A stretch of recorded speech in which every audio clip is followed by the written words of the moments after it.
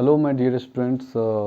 Today we have to study about English Down the Ages, right? आज हम लोग पढ़ने वाले हैं इंग्लिश डाउन द एजेस। ये बिहार बोर्ड के छात्रों के लिए जो किताब आती है 12वीं की स्टोरी ऑफ इंग्लिश और रेनबो, ठीक है, उसमें ये स्टोरी ऑफ इंग्लिश की किताब है ये, और इसका चैप्टर नंबर 2 है। तो चैप्टर नंबर 1 हम लोग पढ़ चुके थे और साथ में उसका जो क्वेश्चन आंसर होता है वो भी मैंने अपलोड कर दिया था, है ना। साथ में पूरा का पूरा चैप्टर भी डिटेल में बता दिया गया है। तो आज हम लोग पढ़ेंगे कि इंग्लिश डाउन द एजेस जो है, ये जो चैप्टर है जिसमें हम इंग्लिश के शुरुआती टाइम के बारे में पढ़ेंगे कि इंग्लिश कैसे शुरुआत हुई, ठीक है, इंग्लिश की शुरुआत कहाँ से हुई है, इंग्लिश कहाँ कहाँ कितना बोला जाता है, इंग्लिश का क्या एग्जिस्टेंस है पूरी दुनिया में, और इसके एज को कितने भागों में डिवाइड किया गया, ये सब आज हम लोग पढ़ने वाले हैं, ठीक है। तो देखिए शुरुआत होता है इसके फर्स्ट पैराग्राफ से। क्या कहता है? The importance and usage of English language in our modern and globalized world creates the impression that it is the language spoken by the maximum number of people all over the world, right?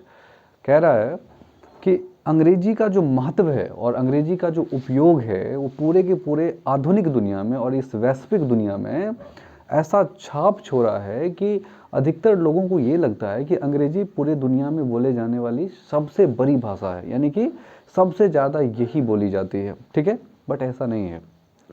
आप लोगों को पता होगा कि English जो है पूरी दुनिया में फैली ज़रूर है, ये पूरी दुनिया में फैली हुई है, अधिकतर क्षेत्रों में अंग्रेजी भाषा बोली जाती है, लेकिन सबसे ज़्यादा अगर मैं स्पीकर का बात करूं तो वो चाइनीज़ है, ठीक है। चाइनीज़ का जो अपना लैंग्वेज है, उसको उनका मदर टंग जो है, जिसे हम लोग कहते हैं मांद्रिन चाइनीज़ कहते हैं, तो मांद्रिन चाइनीज़ ऑल ओवर वर्ल्ड में यानी पूरी दुनिया में सबसे ज़्यादा लोगों के द्वारा बोला जाता है, बट उसका सर्टेन एरिया है, यानी कि वो चाइना में ही बोला जाता है, ठीक है। लेकिन इंग्लिश जो है पूरे वर्ल्ड में यानी क्षेत्रफल के अकॉर्डिंग अगर देखें हम तो सबसे ज़्यादा अगर क्षेत्रफल का अगर बात करें, कवर करें, तो सबसे ज़्यादा क्षेत्रफल कवर करता है इंग्लिश करता है पूरे वर्ल्ड में। अभी इंग्लिश को विंडो ऑफ द वर्ल्ड भी कहा जाता है ना, ग्लोबलाइज्ड लैंग्वेज भी कहा जाता है। इसके बिना आप कहीं अगर जाते हैं तो बड़ी समस्याओं का सामना करना पड़ता है, क्योंकि हर एक देश का एक अपना मदर टंग होता है, और अंग्रेजी जो है वो उस देश में या तो मदर टंग के रूप में होगा, या फिर फॉरेन लैंग्वेज के रूप में होगा, या फिर सेकेंड लैंग्वेज यानी कि ऑफिशियल लैंग्वेज के रूप में होगा, ठीक है। तो हमें क्या लगता है, अंग्रेजी का महत्व जो इतना ज़्यादा है, अंग्रेजी का जो उपयोग इतना ज़्यादा है इस मॉडर्न और ग्लोबलाइज्ड वर्ल्ड में, तो ये एक ऐसा छाप छोड़ता है कि हमें लगता है कि ये सबसे ज़्यादा लोगों के द्वारा यही भाषा बोली जाती है। लेकिन ऐसी बात नहीं है, ऐसी बात नहीं है पूरी दुनिया में। हालांकि ये जानना बहुत रोचक है। However, it is interesting to know that Mandarin Chinese is spoken by approximately 8 crore 73 lakh people holds this distinction। देखिए, अगर हालांकि पूरी यह जानना बहुत रोचक बात है कि पूरे दुनिया में सबसे ज़्यादा जो भाषा बोली जाती है लगभग 87 करोड़ माफ़ कीजिएगा 87 करोड़ 30 लाख लोगों के द्वारा बोली जाती है। तो ये बहुत बड़ा एक नंबर शो करता है, 87 crore 30 lakhs, okay. English is spoken by about 30 crore 90 lakh people, though it is a language which has its presence in all parts of the world. देखो क्या कह रहा है इसमें, कह रहा है अंग्रेजी केवल और केवल 30 करोड़ 90 लाख लोगों के द्वारा बोला जाता है। हालांकि यह जो भाषा है वो पूरी दुनिया पे अपना छाप छोड़ा है, पूरी दुनिया में ये मौजूद है, और इसका जो पावर है, इसकी जो शक्ति है वो पूरी दुनिया में फील की जाती है, यानी कि महसूस किया जाता है। और अगर मैं अपने देश की बात करूं, भारत की बात करूं, तो भारत की जो भाषा है, हमारा जो मदर टंग है यहाँ की हिंदी, वो थर्ड टर्म पे आ जाता है, यानी कि ये पूरे दुनिया में अगर नंबर ऑफ स्पीकर का बात करें तो हम लोग तीसरे स्थान पे आते हैं, ठीक है। Hindi is the third in the terms of member of speaker in the world. But there is a question, आप कहिएगा कि सर जिस तरह से चाइना का जो अपना मदर टंग है वो फर्स्ट प्लेस पे है क्योंकि वो बहुत ज़्यादा पॉपुलेशन में है, तो उसी तरह से इंडिया सेकंड पॉपुलेशन पे आता है, तो इंडिया का जो भाषा है हिंदी वो सेकंड प्लेस पे आना चाहिए, लेकिन ऐसी बात नहीं है। आप जानते हैं हमारा जो इंडिया है, our India is full of diversity, है ना। यहाँ पे बहुत ज़्यादा विविधता है, यहाँ हर एक स्टेट में अलग अलग तरह की भाषा बोली जाती है, इसीलिए हम लोग ऐसा नहीं कह सकते हैं कि हिंदी भाषा जो है दूसरी सबसे बड़ी भाषा है बोले जाने वाली पूरी दुनिया में, ठीक है। तो इंग्लिश को हम लोग थर्ड नहीं कर सकते। इंग्लिश सेकेंड लैंग्वेज है पूरे वर्ल्ड का जो सबसे ज़्यादा लोगों के द्वारा बोला जाता है, जिसका जो संख्या है वो 30 करोड़ 90 लाख है, राइट। और हिंदी जो है थर्ड टर्म पे आ जाता है। Another surprising fact is that और दूसरा जो बहुत ही आश्चर्य वाली बात है, बहुत आश्चर्य वाली तथ्य जो है वो अंग्रेजी के बारे में क्या है, English is just about 1500 years old and the language we are familiar with is less than 5 centuries old moreover. Okay, क्या कहता है, यह और भी अधिक रोचक बात है, यह जानना और भी आश्चर्य है, आश्चर्य की बात है कि लगभग अंग्रेजी की जो शुरुआत हुई है केवल 1500 वर्ष पहले हुई है ना, 449 में ये इसकी शुरुआत होती है। तो लगभग अभी से 1500 वर्ष पहले हुई है। और आप जानते हैं 1500 वर्ष पहले अगर कोई भाषा बनी अभी से, तो वो पूरी दुनिया की सबसे नई भाषाओं में से एक है। और बाकी जो भाषाएं हैं वो बहुत पुरानी है, बहुत ज़्यादा पुरानी है, ठीक है। लेकिन ये जो इंग्लिश है वो 1500 वर्ष पहले की है और ये बहुत ही नई भाषा, इसको नई भाषा एकदम यंगेस्ट लैंग्वेज कहते हैं, ठीक है, यंगेस्ट लैंग्वेज इसे कहते हैं। और हम लोग इसे केवल और केवल 5 शताब्दी पहले से जानते हैं, लगभग 500 centuries बिफोर से हम लोग इसे जानते हैं, ठीक है। चलिए ओके, अब आगे आते हैं। Another surprising fact is that English is just about 1500 years old and the language we are familiar with is less than 5 centuries old. Okay. Moreover, इसके बावजूद यानी इसके अलावा this language has given expression to world class literature in all genres. क्या कह रहा है, इसके अलावा यह जो भाषा है वो पूरे दुनिया में जो साहित्य है, पूरे दुनिया का जो साहित्य है उसके जितने भी जनरस हैं, चाहे वो ड्रामा हो, चाहे वो प्रोज हो, पोएट्री हो, ठीक है, हर चीज़ पे इन्होंने अपना छाप छोड़ा है। Shakespeare, Wordsworth, Milton and many others are still considered the greatest masters of their art. और अभी भी विलियम शेक्सपियर का, है ना, वर्ड्सवर्थ जो हैं, मिल्टन साहब जो हैं, इन सभी का जो पोइट्री है, ड्रामा है, इन सभी का जो प्रोज है वो पूरी दुनिया में मास्टर आर्ट के द्वारा के तरह देखा जाता है, अभी भी देखा जाता है, मास्टर आर्ट के तौर पे देखा जाता है। And are relevant for their ideas and literary genius. और अभी भी उन लोगों को लिटरेरी जेनियस माना जाता है, यानी कि साहित्य का जो है जादूगर माना जाता है। उनके सोच को बहुत ही ज़्यादा प्रेज वर्दी है वो, ठीक है, बहुत ज़्यादा प्रेज वर्दी है। विलियम शेक्सपियर का आप लोग ड्रामा पढ़े होंगे।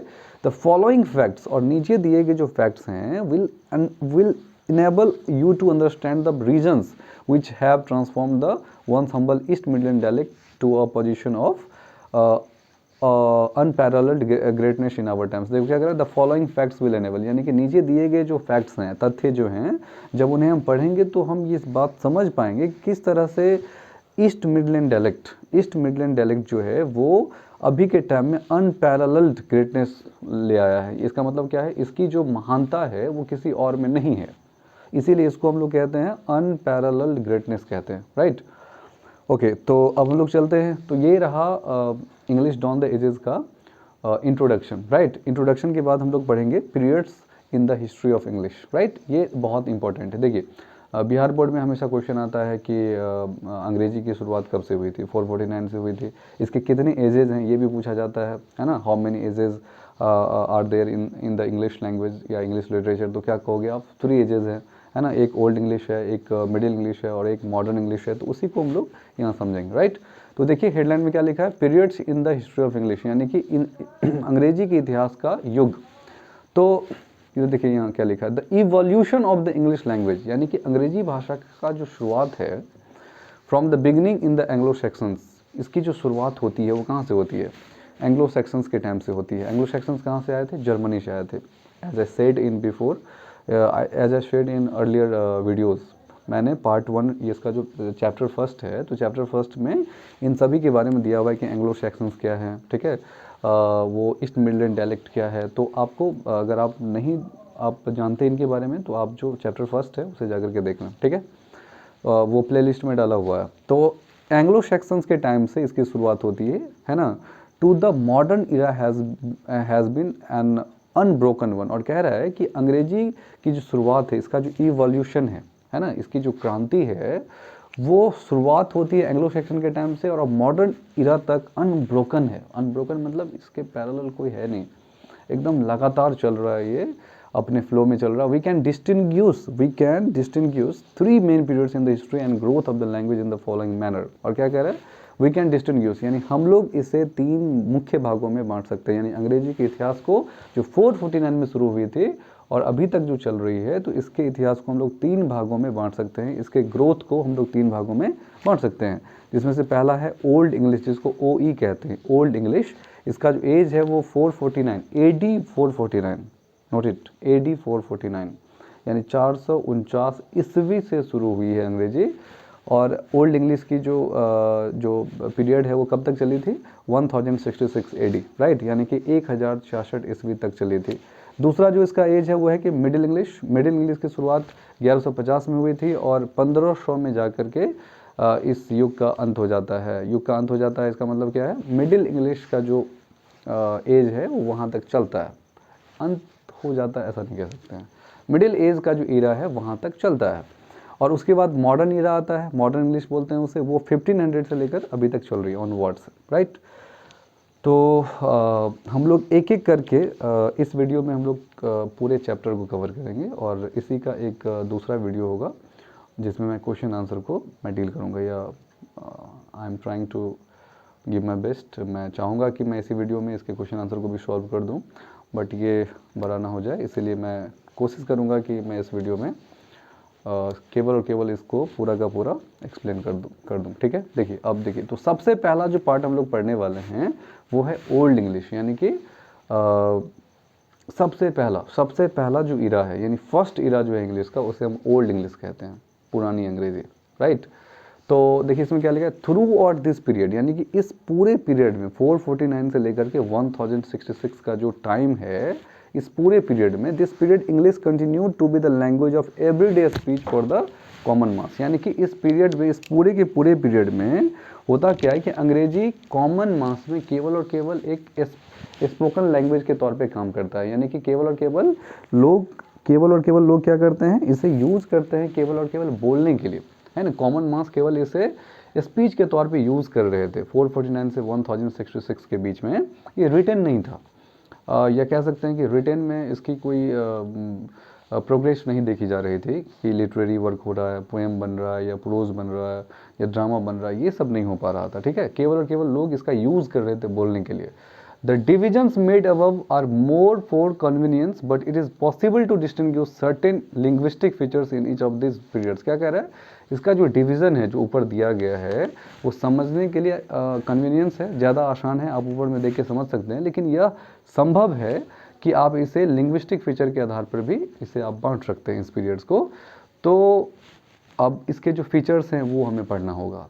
देखिए ऊपर में इस बात को स्पष्ट कर दिया है कि आप एज को देख करके पता लगा सकते हैं कि इसके कितने पार्ट्स हैं, यानी कितने युग हैं, लेकिन अगर सभी के गुण को देख लिया जाए तो यह समझना आसान होगा कि आखिर क्यों अंग्रेजी को 3 भागों में बांटा गया, इसके एज को क्यों 3 भागों में बांटा गया, एक ही एज क्यों नहीं रहने दिया गया। क्योंकि हर एक एज में कुछ ना कुछ उसके गुण रहे हैं, है ना, कुछ खास गुण रहे हैं, इसीलिए उसको कैरेक्टराइज कर दिया गया। तो ओल्ड इंग्लिश का जो पीरियड है उसे कैरेक्टराइज किया गया है, मतलब उसे उसके जो गुण हैं उसको देखा गया है। तो उसके गुण क्या हैं देखते हैं हम लोग। देखिए,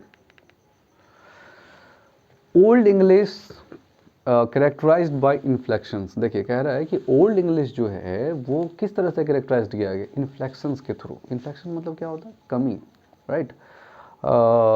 gradually over a period of time this inflections were found to have be levelled. देखिए अब कह रहा है कि धीरे धीरे क्या होता है कि जो समय के साथ साथ इन्फ्लेक्शंस क्या होते हैं वो कम हो जाते हैं, वो लेवल में आ जाता है, यानी कि इसकी जो प्रभाव है ना वो कम होती जाती है धीरे धीरे। यानी 449 से 1066 तक इंग्लिश की जो प्रभाव है समाज में, यूके का जो समाज था, ब्रिटेन का जो समाज था, वहाँ बहुत नॉर्मल सा हो जाता है ये, यानी कि दूसरी भाषा का जो प्रभुत्व है वो ज़्यादा हो जाता है, फ्रेंच का और लैटिन का बढ़ने लगता है, ठीक है। Literature produce during the age was not of much significance. और इस समय में यानी 449 से लेकर के 1066 के बीच में जो साहित्य प्रोड्यूस किया जाता है, यानी कि साहित्य जो लाया जाता है वो उतना ज़्यादा सिग्निफिकेंट नहीं होता, उतना महत्वपूर्ण नहीं होता, उसमें उतना ताकत नहीं होता है कि वो अंग्रेजी को बूस्ट कर सके, ठीक है। As court patronage was lacking and the age came to be known as the dark age. और इस वजह से, और कौन से वजह से, चूँकि लिटरेचर उतना ज़्यादा काम नहीं हो पाया, लिटरेचर उतना ज़्यादा प्रभाव नहीं डाल पाया, और इस वजह से क्या होता है कि उस एज को क्या कहते हैं हम लोग, डार्क एज कहते हैं। What is this, Old English is also called dark age of the English, ठीक है। डार्क एज भी कहते हैं ओल्ड इंग्लिश को, क्योंकि इस समय ना लिटरेचर में विकास नहीं हो पाया जो विकास होना चाहिए था, राइट। जितना विकास होना चाहिए था वो विकास हो नहीं पाया। विकास होना जरूरी था बट वो विकास हो नहीं पाया। ठीक है, चलिए अब हमारा जो नेक्स्ट जो टॉपिक है वो है कि मिडिल इंग्लिश, है ना, मिडिल इंग्लिश। तो मिडिल इंग्लिश में क्या लिखा हुआ है, फ्रॉम 1150 ऑनवर्ड्स, यानी कि 1150 से लेकर के। अब देखो, अब कहोगे सर कि ये 1066 में AD 1066 में तो ख़त्म हो गया था, यानी कि AD 449 से शुरू हुआ था ओल्ड इंग्लिश, और 1066 में जब ये एज ओवर हो जाता है तो ये तो 1066 में ही आ जाना चाहिए था मिडिल इंग्लिश, लेकिन ऐसा नहीं होता। लगभग अप्रॉक्सीमेटली 1 सेंचुरी का, यानी कि 1 सेंचुरी का गैप हो जाता है, क्योंकि उस बीच में ना कोई बदलाव होता ही नहीं, और जब बदलाव नहीं होता है ना तो उसको उस गैप को गैप ही माना जाता है। तो मिडिल इंग्लिश की जो शुरुआत होती है वो 1150 से होती है, यानी कि 1150 से मिडिल इंग्लिश की शुरुआत हो जाती है। और ये एक किस भाषा के रूप में इमर्ज होता है, English began to emerge as a language of literature. आप मानोगे, जो अंग्रेजी डूब चुकी थी लगभग, वो 1150 से इसकी शुरुआत फिर से होती है, और ये एक लिटरेचर के रूप में, यानी पूरे दुनिया में तहलका मच जाता है इंग्लिश के लिटरेचर का। लोग पसंद करने लगते हैं, प्रोज पोएट्री सब कुछ चलने लगता है। The language was in rich through extensive borrowing from French and Latin. और कह रहा है यह जो भाषा है वो ऐसे ही फल फूल नहीं जाता है, बल्कि इसके लिए इन्हें क्या करना होता है कि बहुत सारा वर्ड फ्रेंच और लैटिन से जोड़ना होता है, ठीक है, इंग्लिश में ऐड करना होता है। और जब इंग्लिश में ऐड किया जाता है फ्रेंच और लैटिन को, तब जाकर के ये जो है बहुत ही स्पीड में पूरे वर्ल्ड में ग्रो करना शुरू कर जाता है। ठीक है, अपार्ट फ्रॉम दिस, और इसके अलावा टू अदर मेजर डेवलपमेंट, और भी 2 मेजर डेवलपमेंट होते हैं इंग्लिश में, जो कि उस समय बहुत ही ज़्यादा इंग्लिश को बूस्ट करने में हेल्प करता है। पहला तो प्रिंटिंग प्रेस का आविष्कार हो जाता है 1476 में, और दूसरा जो है ये लिटरेसी ही नहीं बल्कि पूरे वर्ल्ड के एजुकेशन में बहुत बड़ा भूमिका निभाता है। 1476 में किसका क्या होता है, 1476 में इन्वेंशन होता है। किस चीज़ का इन्वेंशन होता है, 1476 में प्रिंटिंग प्रेस का इन्वेंशन होता है, और ये जो है लिटरेरी में बहुत बड़ा योगदान देता है। और सेकंड क्या है, the great vowel shift. Great vowel shift भी, यानी कि वॉवेल जो है उसका भी शिफ्ट जो है वो भी आपको 14 मिडिल इंग्लिश के टाइम में ही देखा जाता है। तो ये दोनों चीज़ मिलकर जो है वो अंग्रेजी को बहुत ही ज़्यादा बूस्ट करने का काम करता है। All these factors contributed determinantly to creating language for both spoken and written purpose. और कह रहे ये जितने भी फैक्टर्स हैं जो कंट्रीब्यूट किया गया इंग्लिश में, ये अंग्रेजी को लिखने के पर्पस से भी और बोलने के पर्पस से भी बहुत ही ज़्यादा कन्वीनियंट बनाया लोगों के लिए। ठीक है, ये इसका एक अच्छा सा पॉइंट रहा। ठीक है, देखिए अब हमारे पास मॉडर्न इंग्लिश है। मॉडर्न इंग्लिश को पूरा समझने के बाद थर्ड जो हमारा सीधा क्वेश्चन आंसर पे आ जाएंगे हम लोग। ठीक है, ओके, तो मैं ले ही लेता हूँ उसे, मॉडर्न इंग्लिश। ठीक है, right, modern English. Modern English, देखिए इसमें क्या लिखा है, English used since AD 1500 till now is called modern English. यानी कि जिस अंग्रेजी की शुरुआत AD 1500 से होती है, यानी अंग्रेजी का वह भाग जो 1500 से शुरू होता है, 1500 ईस्वी से, और अभी तक जो चल रहा है उसे हम लोग कहते हैं मॉडर्न इंग्लिश। रिसेंटली इस पीरियड को 2 भागों में सब डिवाइड कर दिया गया, 2 भागों में बांट दिया गया। एक है मॉडर्न और दूसरा है न्यू इंग्लिश। यानी मॉडर्न इंग्लिश को 2 भागों में बांटा गया, एक तो खुद मॉडर्न इंग्लिश कहलाता है और दूसरा जो है वो क्या कहलाता है, न्यू इंग्लिश कहलाता है। From the beginning of the modern period of the end of 19th century, यानी कि 19वीं सदी के शुरुआत से ही English was basically the language of British Isles. देखो होता क्या है कि 19वीं सदी में लगभग 19th सेंचुरी में लगभग ब्रिटिश जो है ना लगभग दुनिया पे शासन कर रहा होता है। तो कह रहा है कि English was basically the language of British Isles with the territorial expansion of the British Empire together with the growth of science, industry, politics and literature. The English language enriched itself by successfully admitted to its vocabulary and the flavor of the countries of the British had colonized. तो इसमें क्या कह रहा है कि शुरुआत में 19वीं सदी के शुरुआत में क्या था कि अंग्रेजी केवल और केवल ब्रिटिश का था लैंग्वेज, केवल और केवल ब्रिटिश का था। लेकिन होता क्या है कि जैसे जैसे ब्रिटिश एम्पायर जो है वो एक्सपेंड करता है, जैसे जैसे वो एक्सपेंड करता है वैसे वैसे इसमें साइंस की जो भाषा है वो जुड़ती जाती है, इंडस्ट्री आता है, पॉलिटिक्स आता है, लिटरेचर आता है। और चूंकि ब्रिटिश जो है पूरे वर्ल्ड में फैला हुआ था तो इस लैंग्वेज को पूरी दुनिया में फैला रहा था, और जहाँ जहाँ कॉलोनी था ब्रिटिश का वहाँ वहाँ कि जो भाषा है वो भी इंग्लिश में ऐड होती गई और ये जो इनरिच्ड होता गया, यानी पूरे दुनिया से ब्रिटिश जो है वो अंग्रेजी में वर्ड को जोड़ते गए। ठीक है। इन द 20th सेंचुरी, 20वीं सदी में the erstwhile colonies of the British Empire acquired freedom. देखो क्या कहता कि लगभग 20वीं शताब्दी में आके एस्ट वाइल मतलब क्या होता है, ईस्टर्न कंट्री जो है वो ब्रिटिश एम्पायर से क्या होता है, आज़ाद हो जाता है। The British left the countries, British भाग जाते हैं, छोड़ जाते हैं, बट इंग्लिश रिमेंड, लेकिन इंग्लिश जो है वो रह जाता है, क्योंकि ब्रिटिश बहुत समय तक शासन किया बहुत सारे देशों पे।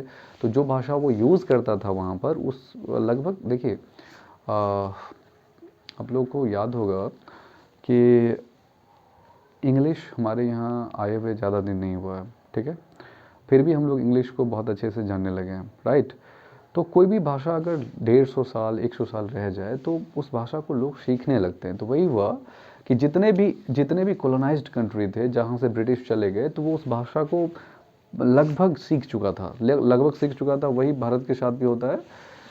Hence the British left the countries but English remained, hence new varieties of English have emerged, और इसीलिए नए वेराइटीज ऑफ इंग्लिश का इमरजेंस होता है अलग अलग दुनिया के अलग अलग भागों में। यानी हर एक देश का अपना इंग्लिश होता है, लगभग सेम है, ज़्यादा अंतर नहीं है, बट थोड़ा सा डिफरेंट है। ठीक है। Some of these are American English, जैसे कि अमेरिकन इंग्लिश है। अब अमेरिकन इंग्लिश को कैसे समझिएगा आप, जैसे कि अमेरिकन डू नॉट को डोंट बोलता है, जबकि ब्रिटिश डू नॉट बोलता है इसे, राइट। थोड़ा डिफरेंट है, फ्रेज में डिफरेंट है, थोड़ा सा वर्ड में डिफरेंट है, थोड़ा सा सेंटेंस में डिफरेंट है, ये होता है, राइट। और इंडियन इंग्लिश भी इंडिया भी खुद का, जैसे हम लोग पर्स बोलते हैं, वो लोग वॉलेट बोलता है, राइट। पर्स केवल इंडिया में बोला जाता है, इंडिया का अपना लैंग्वेज है। कैनेडियन इंग्लिश अलग हो गया। मतलब सभी देशों ने जो ब्रिटिश के कभी कॉलोनी हुआ करते थे, उन्होंने अपना अपना इंग्लिश ग्रो कर लिया। इन सिंपल टर्म्स, अगर सिंपल भाषा में बोले, the latest period in the growth and development of the English language में be called the era period of new Englishes. तो सीधे भाषा में अगर हम बोले तो ये जो नया और विकसित जो अंग्रेजी हम इस दुनिया में देख रहे हैं, ये जो नया पीरियड है, ईरा पीरियड, इसे हम न्यू इंग्लिशेस ऑफ पीरियड कहते हैं।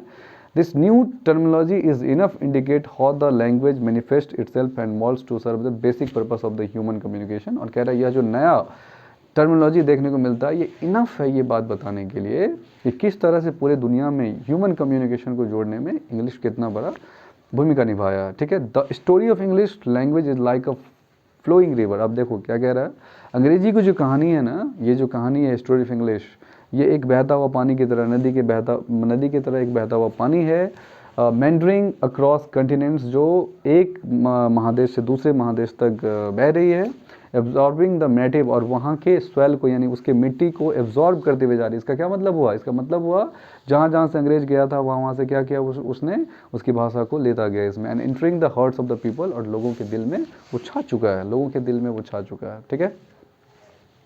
इन द इरा ऑफ ग्लोबलाइजेशन, और इस वैश्विक दुनिया में इंग्लिश जो है सूटेबल लैंग्वेज है इंटरनेशनल कम्युनिकेशन के लिए, अंतर्राष्ट्रीय कम्युनिकेशन के लिए। It has also equipped itself to serve as the language of the present cyber age, और प्रेजेंट साइबर एज का भी लैंग्वेज कहलाता है। अभी जितना भी कंप्यूटर है इसी के द्वारा संचालित किया जाता है। In the next few pages, कुछ पेजेस में हम लोग डिस्कस करेंगे अगले कुछ पेजेस में कि किस तरह से इसके गुण ने, अंग्रेजी भाषा के गुण ने पूरे वर्ल्ड को ग्रोथ और डेवलपमेंट दिया। थैंक यू, जय हिंद। हम लोग क्वेश्चन आंसर नेक्स्ट वीडियो में देखेंगे।